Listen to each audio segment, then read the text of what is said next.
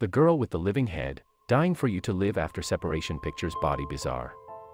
An infant girl born with a second head bled to death Saturday following complex surgery in which doctors removed the partly formed twin that had threatened her brain, her parents and doctors said.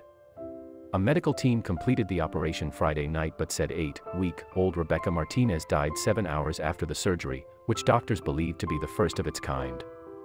We knew this was a very risky surgery, and now we accept what God has decided, said the father, 29-year-old Franklin Martinez, who stood next to his wife at a hospital news conference, visibly exhausted and eyes swollen. Rebecca is no longer with us physically, but no one will forget her. The Dominican girl lost a lot of blood during the operation, which apparently caused a heart attack, said Dr. Jorge Lazareff, the lead brain surgeon. This was not a failure or an error, he said. When we left here last night at midnight, the girl was in stable condition. At some point in the middle of the night, she started to bleed. Doctors had warned the baby would be highly susceptible to infection or hemorrhaging after the operation, which lasted about 11 hours. She was too little to withstand the surgery, said her mother, 26-year-old Maria Gisela Hisiano, sobbing softly. Doctors said Rebecca had many transfusions during the operation, but that her blood wouldn't clot afterward due to the large amount of blood the body kept trying to pump to the second head. In that case, you can't do anything. This is the worst complication that can happen in this kind of surgery, said Dr. Benjamin Rivera, one of 2 lead surgeons.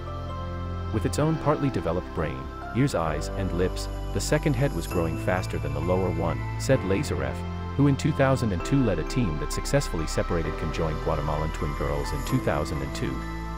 Doctors will learn more in the coming months as they review details of Rebecca's operation, said Lazareff, who is director of pediatric neurosurgery at the University of California at Los Angeles Mattel Children's Hospital.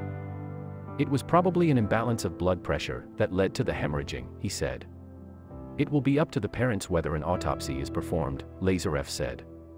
The doctor said such surgery still could be viable in the future.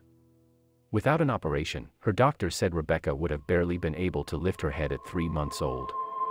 They said the pressure from the second head, attached on top of the first and facing up, would have prevented Rebecca's brain from developing. During Friday's surgery, 18 surgeons, nurses and doctors worked in rotations to cut off the undeveloped tissue, clip the veins and arteries, and close the skull using a bone and skin graft from the second head.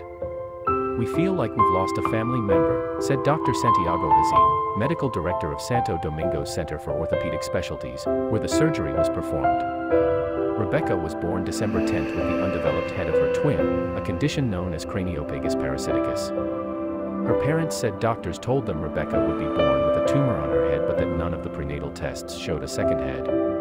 Twins born conjoined at the head are extremely rare, accounting for 1 of every 2.5 million births. Such twins have previously been separated in surgery. Parasitic twins like Rebecca, however, are even rarer. She is the 8th documented case in the world of craniopagus parasiticus, Hazim said.